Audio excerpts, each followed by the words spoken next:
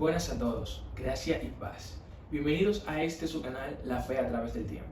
En el día de hoy estaremos tratando un tema muy intrigante, pero a la vez un poco inquietante. ¿Realmente existe la danza espiritual? ¿De qué consta la danza espiritual? Vemos muchas personas hoy en día en los cultos que entran en trances emocionales y pierden el control, de tal manera que se revoltean dentro de las iglesias. Algunos empujan sillas, le dan golpes a otros y dicen que no se dan cuenta de lo que ha sucedido, pero le atribuyen esa obra al Espíritu Santo. Otros simplemente se sienten como quebrantados y comienzan a llorar, se zapatean en el mismo lugar y no se mueven de ahí, y también esas obras se le atribuyen al Espíritu Santo. La pregunta es, ¿esto realmente edifica a la iglesia? ¿Esto realmente edifica a la persona que está pasando por ese trance? Esto y más lo veremos a continuación.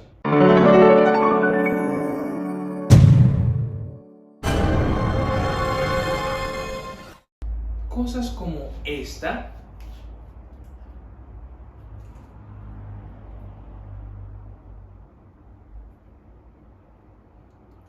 y cosas como esta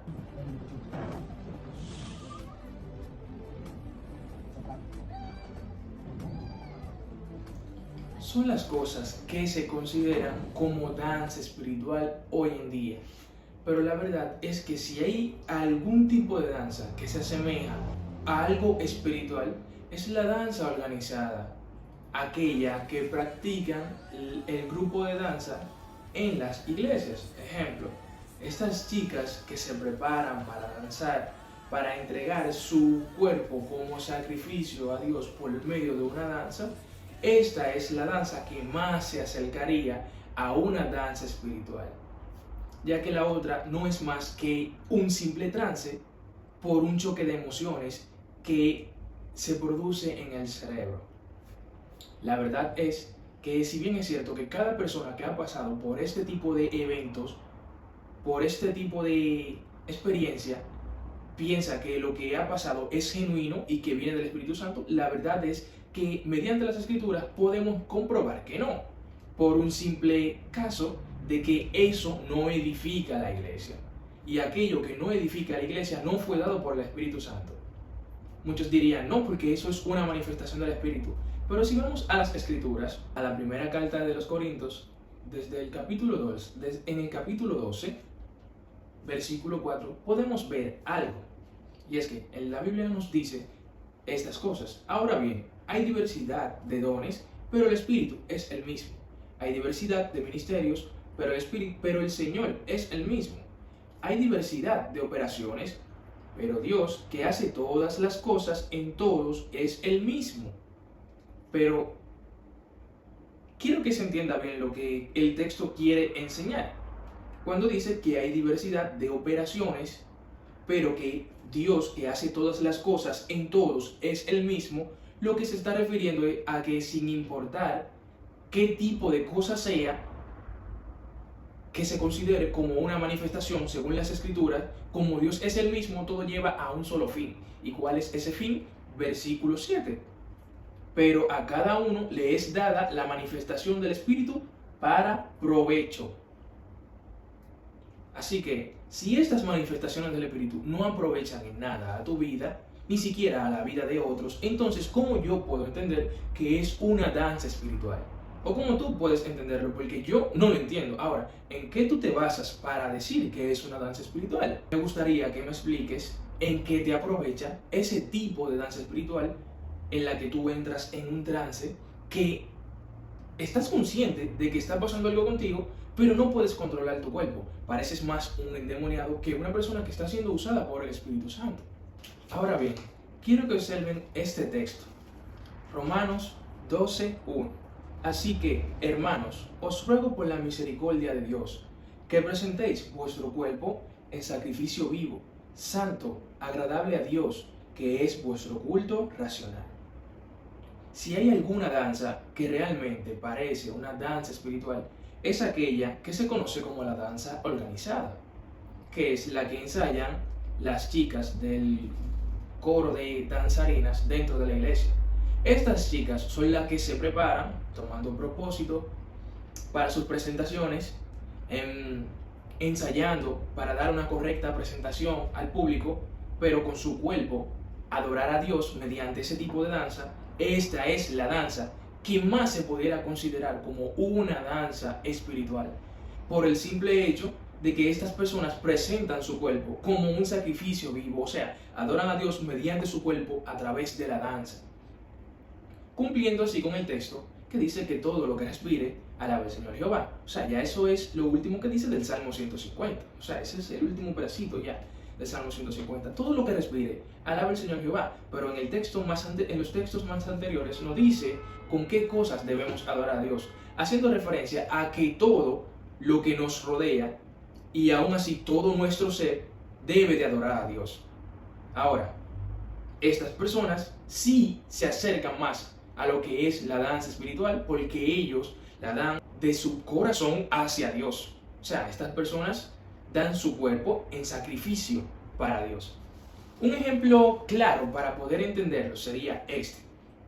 Tal vez se sale un poco del tema, pero es un buen ejemplo para explicarlo. Una persona que balbucea dentro de la iglesia y le atribuye ese balbuceo al Espíritu Santo y dice que como no se entiende está hablando lenguas angelicales, la verdad es que en que tú te basas para decir que esas lenguas realmente son angelicales. Tú te basas para decir eso en que no se entienden, en que no son un idioma humano. Sin embargo, un idioma que yo consideraría como un idioma del espíritu, un idioma espiritual, es aquel que una persona habla sin ni siquiera saberla, sino que la habla por medio del espíritu. Yo no sé hablar inglés, no sé hablar creol, francés y ningún otro idioma que no sea el español que hablamos en República Dominicana. Sin embargo, si yo llego a los Estados Unidos y Dios quiere a través de mí hablarle a una persona y yo hablo en inglés, ese es el verdadero idioma que dio el Espíritu. O sea, ahí realmente yo estoy hablando en lengua. Y esa persona que me entiende a mí puede ser realmente edificada, porque el mensaje que yo le estoy dando es en su idioma. El texto de Corintios, de 1 de Corintios, capítulo 12, nos dice lo siguiente, comenzando en el 7. Pero a cada uno les es dada la manifestación del Espíritu para provecho.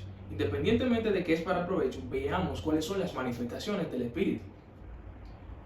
Porque a este es dada por el Espíritu palabra de sabiduría, a otro palabra de ciencia según el mismo Espíritu, a otro fe por el mismo Espíritu, a otro dones de sanidades por el mismo Espíritu, a otros el hacer milagros y a otro profecía, a otro discernimiento de espíritus, a otro diversos géneros de lenguas y a otro interpretación de lenguas. Pero todas estas cosas las hace uno, el mismo Espíritu, repartiendo a cada uno en particular como Él quiere.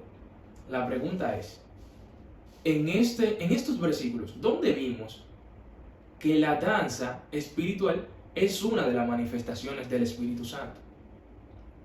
No lo vimos, ¿verdad? Porque el Espíritu Santo no se manifiesta haciendo que las personas pierdan el control sin ningún tipo de motivo dentro de la iglesia. O sea, vamos a ver esto. Una persona, solamente imagínense en esto, o sea, estamos todos en un culto, estamos muy apretados porque la iglesia está llena, vamos a ponerlo bien cómodos a ustedes. Hay sillas acolchadas dentro de nuestra iglesia, en el pasillo ya no caben más personas porque nuestra iglesia realmente ha sido bendecida con muchos miembros. Tenemos aire, un buen ambiente, nos gusta nuestra iglesia, pero siempre nos sentamos al lado de una persona que pierde el control sin ningún tipo de sentido en el culto. Y cada vez que esta persona se revoltea y hace su algarabía, ¿qué sucede? Que arma un desorden. Las sillas son tiradas al suelo, son todas apiladas en un lado. Las personas que estaban delante de él son golpeadas con esas sillas, muchas veces hasta le dan pecosones así porque se revoltean de una manera que es incontrolable. Ellos saben que está pasando algo con ellos, pero ellos no pueden controlar, según ellos, lo que le está pasando. Muchos tal vez dirán que sí, para llevar la contraria, pero cuando ustedes lo ven y le preguntan por qué no te pudiste controlar, te dicen que eso es algo del espíritu. Pero pues bien, sigamos con la temática, sigamos con la imaginación. Este personaje, que ya armó todo ese desorden, saca de comunión a las personas que están en su lado, a las personas que están delante de él y a las personas que están detrás. porque ya todos están moca, como dicen los dominicanos. ¿Qué quiere decir moca? Están pendientes a qué va a pasar para que no le den un golpe o para que ese mismo personaje que está teniendo la supuesta manifestación en forma de danza tampoco se dé un golpe. Entonces, ¿qué hacen dos o tres? Los ungieres van y se le ponen al lado y ellos no pueden ni siquiera entrar en comunión con el Señor porque tienen que estar pendientes a que cada persona que está teniendo su experiencia espiritual con Dios tienen que estar pendientes para que ellos no le den al público, no maltraten al público, pero tampoco se maltraten ellos. Entonces, ¿de qué manera esto es de provecho tanto para la persona que está teniendo su manifestación como para las personas que están al lado de ellos? O sea, ¿de qué manera aprovecha? O sea, yo estoy usando no tan solo la Biblia, sino que también estoy usando la lógica. Entonces, muchos me dirán, ¿y qué haremos si ya eso es algo que se ha visto desde los inicios del pentecostalismo allá en los Estados Unidos? Sí, es verdad, es algo que se ha visto desde los inicios del pentecostalismo. O sea, eso es un problema que nació dentro del pentecostalismo, ese tipo de manifestaciones espirituales. Sin embargo, eso no es algo que no se pueda controlar. O sea, ¿qué es lo que nos falta a nosotros o qué es lo que le falta a este tipo de personas? Un poco raciocinio. Eso es lo único que le falta a estas personas. Ponerse a darle mente, a ver qué es lógico y qué no según las escrituras. O sea, yo entiendo que estas personas tengan un buen punto al decirme, oye, pero a mí me pasa eso y no es porque yo quiero. O sea, eso me pasa en el culto siempre que yo estoy sintiendo la presencia de Dios. Muy bien, tú estás sintiendo la presencia de Dios. Ahora yo te preguntaría, ¿realmente eso que tú dices que estás sintiendo es la presencia de Dios que te hace hacer eso? O sea, tampoco no quiero decir que es un demonio que te está haciendo hacer eso, pero realmente es la presencia de Dios la que te hace hacer eso. Esa es una pregunta muy buena que tú debes de hacerte. ¿Realmente la presencia de Dios me está haciendo a mí hacer esto? Desalborotear el culto, desalborotear a los hermanos, distraer a los hermanos. ¿Eso es la presencia de Dios que lo está haciendo? O sea, al momento de tú examinarte, si tu conclusión es que realmente eso es algo de Dios, muy bien, perfecto. Perfecto, no te puedo sacar de tu convicción, ni aunque yo use las escrituras. Porque si no, si yo te pudiera sacar de tu convicción, aunque yo use las escrituras, entonces hoy en día no hubiera ningún tipo de debate.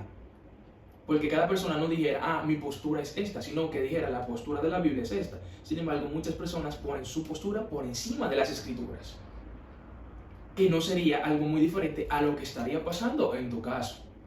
Si tú eres una de este tipo de personas que pasa por este tipo de trance. El que esas cosas se hayan repetido por varias décadas, tal vez hasta 1 o 2 siglos, no quiere decir que realmente sean prácticas espirituales.